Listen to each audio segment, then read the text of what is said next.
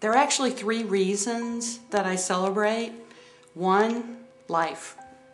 2, all survivors. 3 is data, and the data that will help people never to have cancer. The first 2 reasons are probably reasons you've all heard before. Life, hey, life's great. I love life. I like the simple pleasures in life. I like my books. I like my old movies. I like eating. No, let me take that back. Dining. I like dining. I love my friends. I love my husband. I love my home. I love my town. Hey, life is great. So yes, let's celebrate life. The second reason, all survivors, is another reason I celebrate.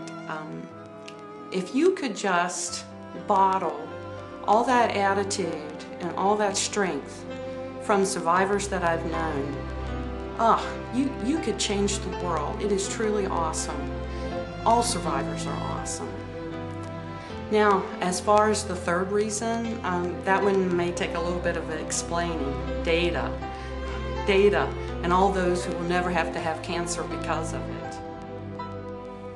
My first exposure to cancer was with my mother, Hilda.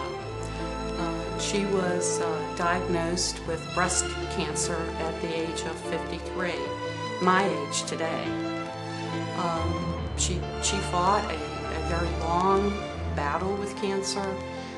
Ultimately, her breast cancer metastasized to her bones and to her other organs. On one brilliant Christmas morning, she passed. I was lucky to be there holding her hand. There's not a day that goes by still that I don't think of her and miss her still. Several years later, my niece Amber, at age 12, was diagnosed with a very rare form of ovarian cancer. Less than 9 months later, she lost her battle.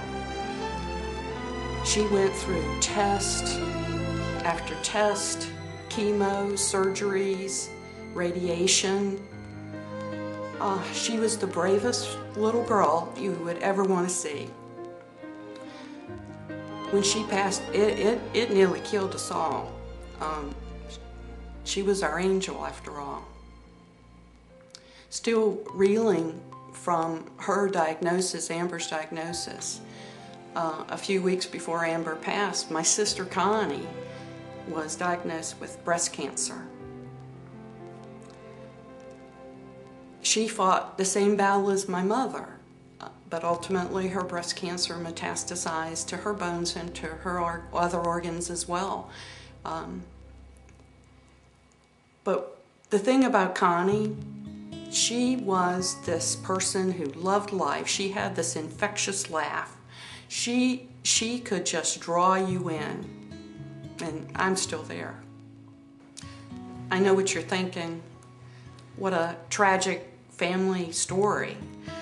But looking at all these occurrences beyond the emotions and looking for pieces of data, there was a huge red flag, a huge family history red flag. And I looked at it as a piece of data.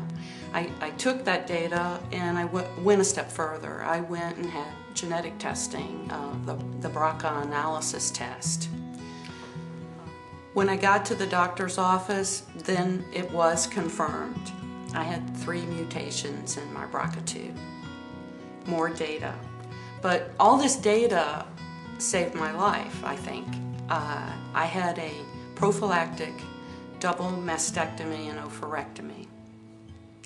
The pathology on my breast tissue showed that I had the beginnings, atypical cells in both breasts. My story does not end with my survivorship. About 2 years after my surgery, my husband, Rick Bodson, Mr.